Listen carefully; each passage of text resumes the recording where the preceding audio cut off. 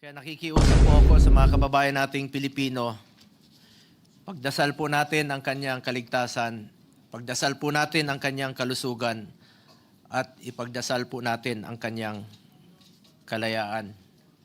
At alam ko po mismo, mahal na mahal po ni Tatay Digong ang kanyang bayan at mga kapatid nating Pilipino. Dapat lang talaga na naging presidente siya. Imagine the preposterousness he must endure. This man is now imprisoned in a foreign country, having been surrendered to a foreign court by his own government. Those who hold him in custody, who cannot even correctly pronounce his name, are the same ones who now exercise jurisdiction and authority over him, now being welfare checked by the officials of this administration who help ensure his imprisonment under those of a foreign tongue. Again, I say preposterous, Mr. President. Pilipinas ay hindi pa po nabibigyan ng pagkakataon na masuri siya o makita man lang. Ibig sabihin nito, ang talagang tumitingin sa kanya at nag-aasikaso ay hindi natin alam kung sino po. Thank you, Mr. President. Mr. President, today I rise on a matter of personal and collective privilege. Last March 11, 2025, former President Rodrigo Duterte was allegedly kidnapped by International Criminal Police Organization, Interpol, with indispensable cooperation from our authorities. He was then handed over to the International Criminal Court. Counting from today, it has been more than 6 months since that fateful day.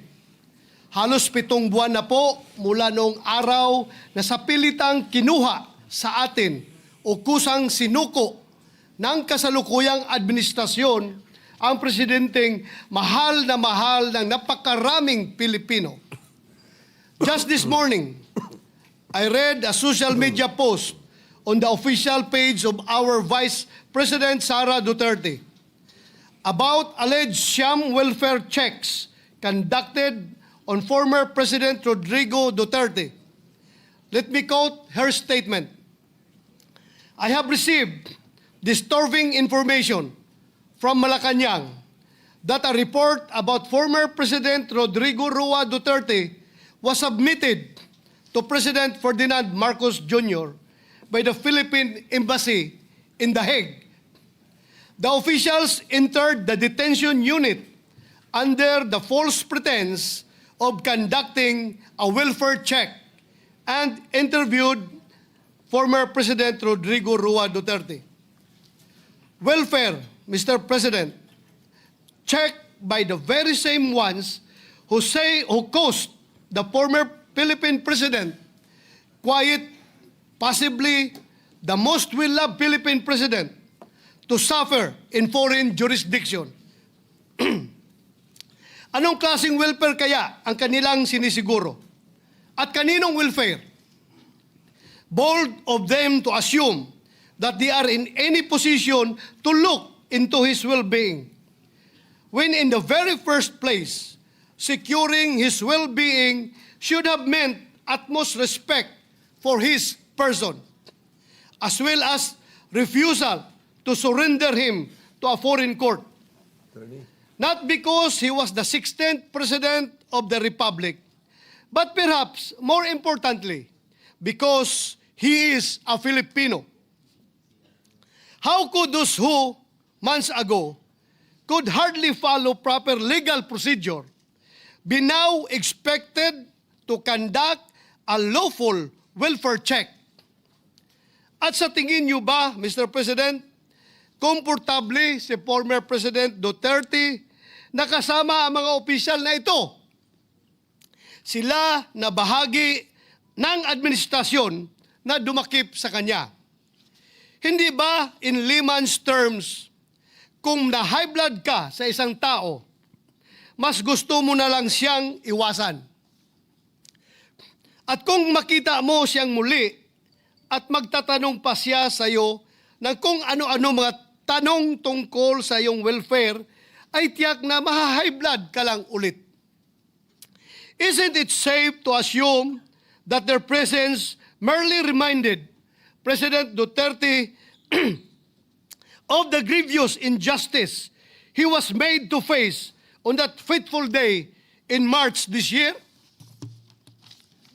Gugustuhin ba ng isang tao na tumanggap ng dalaw mula sa mga nilalang na maaaring maging sanhi ng pagkulo ng kanyang dugo?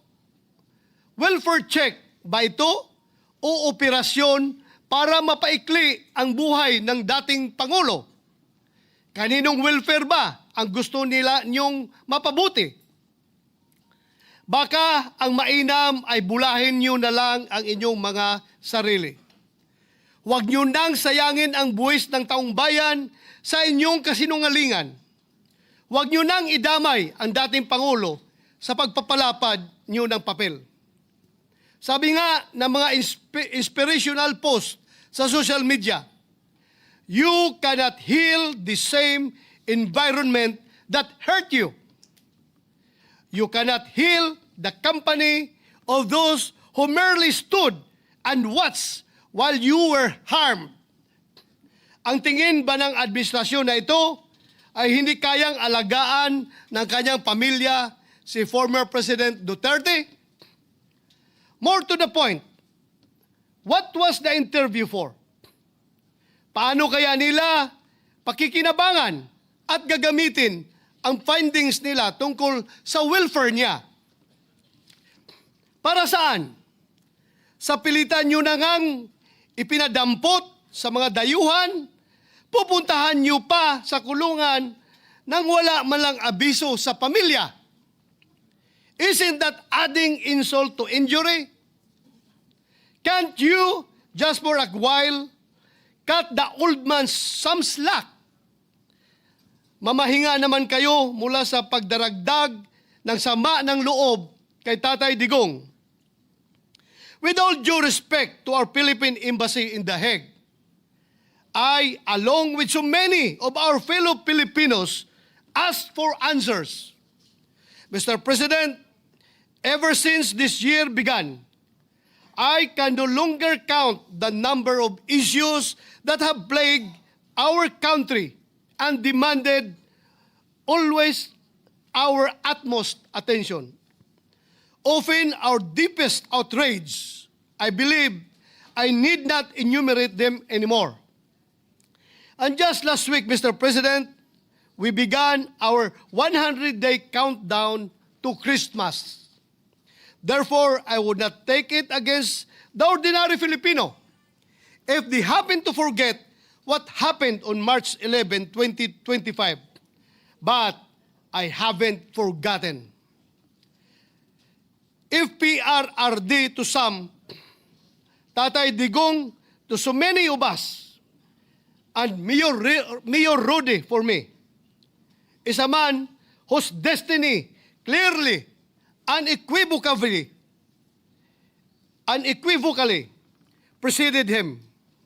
Para sa isang mayor na nagdadrive ng taxi upang ikutin ang kanyang syudad at siguraduhing maayos at payapa ito, lalo na sa gabi. A man who faced the city's problems head-on rather than shy away from them or let his officials take the blows. With a man like that, the presidency was therefore practically a done deal. No one else, I repeat, no one else in our lifetime had or will ever have the presidency cut out for him. None except Rodrigo Duterte. Dapat lang talaga na naging presidente siya. Imagine the preposterousness he must endure. This man is now imprisoned in a foreign country, having been surrendered to a foreign court by his own government. Those who hold him in custody, who cannot even correctly pronounce his name, are the same ones who now exercise jurisdiction and authority over him, now being welfare checked by the officials of this administration who help ensure his imprisonment under those of a foreign tongue.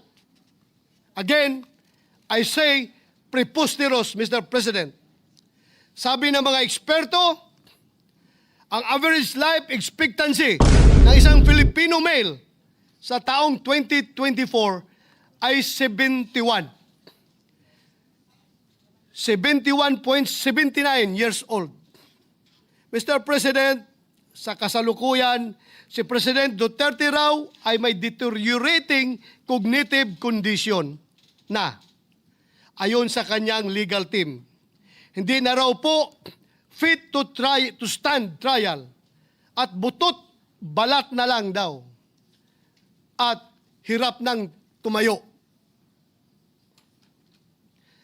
Kung pagkaiisipin, kung nasa 72 years old ang life expectancy ng isang lalaki dito sa atin, ibig sabihin, si President Duterte ay nabigyan na ng Panginoon ng bonus.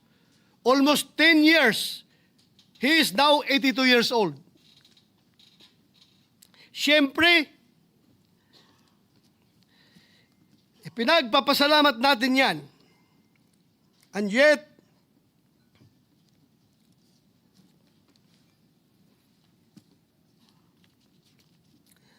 if we accept the fact that he may not have long,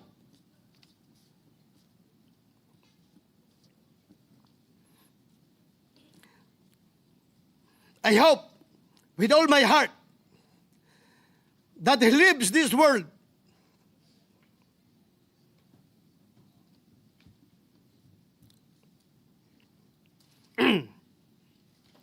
not in the presence of officials who visit him on the pretext of a pseudo welfare check, but instead in the company of the people he loves.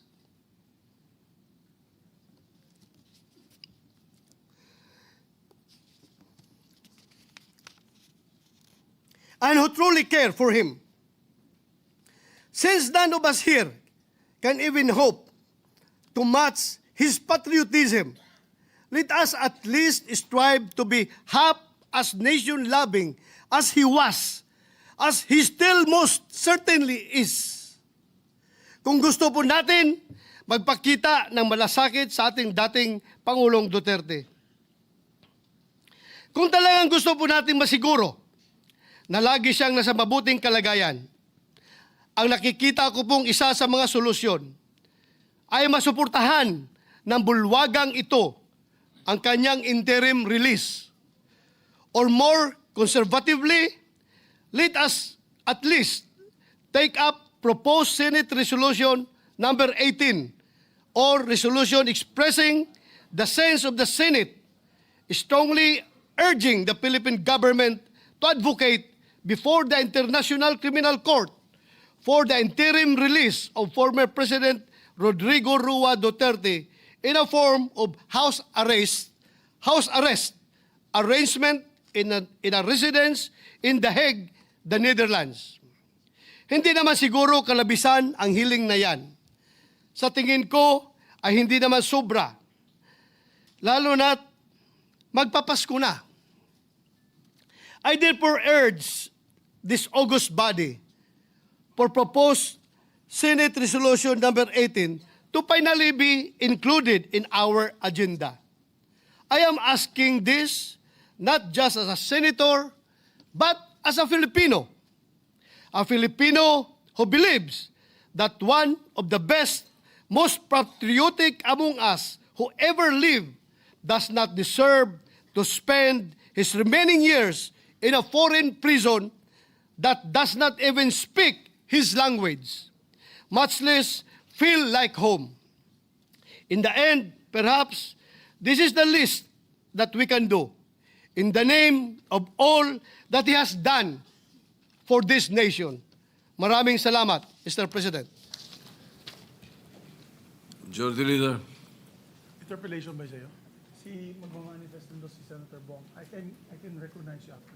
Yes. There are our colleagues, some of our colleagues want to interpolate our distinguished colleague, Senator Bato de la Rosa, but there are several other colleagues who also want to stand up to give a similar manifestation, Mr. President. May we recognize Senator Bongo, Mr. President. Senator Bongo is recognized.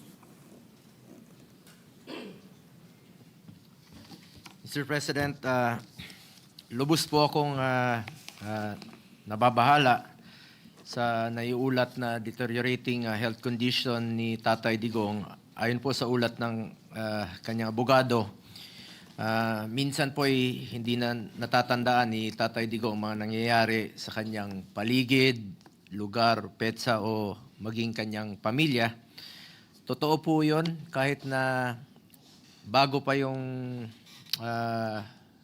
kanyang pagkahuli o surrender sa kanya ng gobyerno, ay meron na talagang mga bagay-bagay na hindi na po niya maalala. Mas naalala niya po yung mga old memories dahil na po yan sa kanyang edad.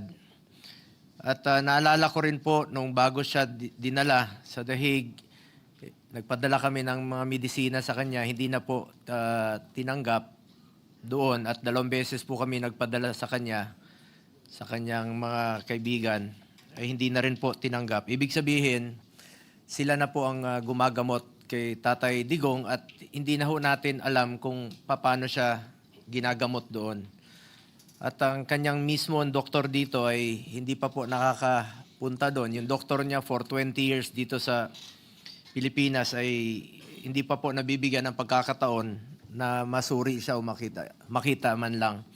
Ibig sabihin nito, ang talagang tumitingin sa kanya at nag-aasikaso ay hindi natin alam kung sino po. Mr. President, ako po'y lubos rin pong nababahala sa isinagawang welfare check ng mga personnel ng embahada sa the Netherlands kay dating Pangulong Duterte. This action, whether lacking transparency and coordination with the immediate family members or for whatever reason, may undermine the integrity of our diplomatic services. As former president, nung naging presidente po siya, he consistently championed the welfare and safety of our overseas Filipinos, such as the immediate repatriation of Filipinos in distress. Talagang tinututukan niya po ito. Pag meron siya nababalitaan, siya mismo nangunguna.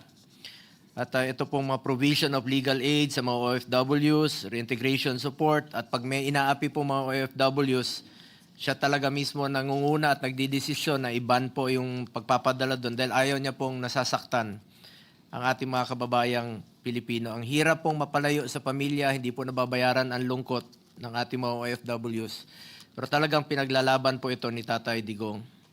Tatay Digong deserves the same respect and protection he once ensured for others. Kaya naman po, Mr. President, I appeal to our colleagues. Matanda na po si Tatay Digong. 80 na po siya sa kanyang edad. Mahina na siya at may mga sakit na rin po.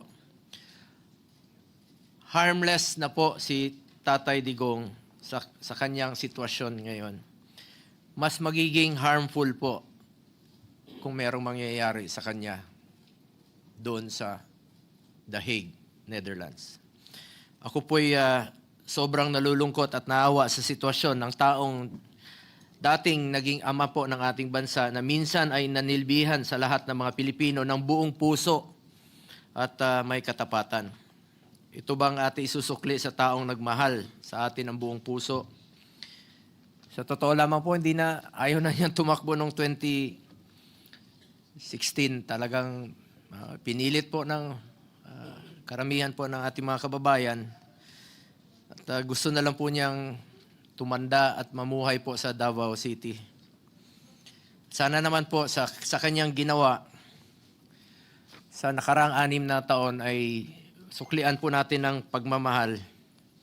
Ginawa niya po ang lahat para mas nakakalakad po ang ating mga anak sa gabi na hindi nasasaktan, hindi nababastos at dapat po ay Pilipino po ang humusga sa kanya.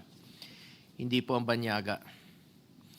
Kaya patuloy po ang aking dasal para sa kanyang maayos na kalusugan at kaligtasan, lalo na po sa kasalukuyang kalagayan niya na dala po ng kanyang edad. Remember, he is 80 years old na po. Marami na po siyang karamdaman. Sa maalala ko, ako mismo nagpapadala ng kanyang gamot. At nung pagkatapos ng kanyang termino, patuloy po akong mismo sinasamahan ko siya. Kahit hindi po siya nakikialam sa politika. Kahit kailan po hindi siya nakikialam sa politika. Pero nung pagkatapos ng kanyang termino, mismo buwan-buwan po sa kanyang check-up, sinasamahan ko siya. At ako mismo nagpapadala pa rin po ng medisina niya. 27 po yun, iba't ibang klaseng medisina ang kanyang iniinom. Ano kaya ang pinapainom sa kanya ron? Yun po ang isa sa aking kinababahala sa ngayon. For 24 years since 1998 up to 2022, halos 350 days po out of 365 days sa isang taon, magkasama po kami. At higit pa po sa tatay ang turing ko sa kanya.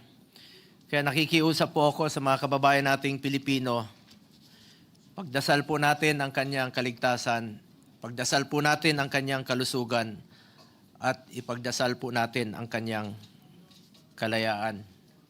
At alam ko po mismo, mahal na mahal po ni Tatay Digong ang kanyang bayan at mga kapatid nating Pilipino. Nakikiusap po ako, having said that, Mr. President, we appeal to our colleagues na sana po'y mapag-usapan man lang ang resolusyon dito sa plenaryo na na-file po ng iba't ibang mga kasamahan natin, including Senator Robin and Senator Bato. Meron po kaming resolution na na-file po. Let us act now and make a stand on this. Nakikiusap po ako sa ating mga kababayan, nakikiusap po ako sa mga kasamahan natin sa Senado.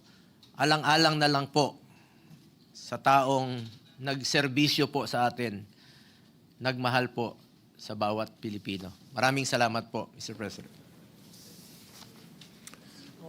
Thank you, Majority Leader. Yes, thank you. Next to also give his manifestation is Senator Robin Hood Padilla, Mr. President. Senator Romy Padilla is recognized. Maraming salamat po, Ginoong Pangulo, at sa atin pong pinunong mayorya.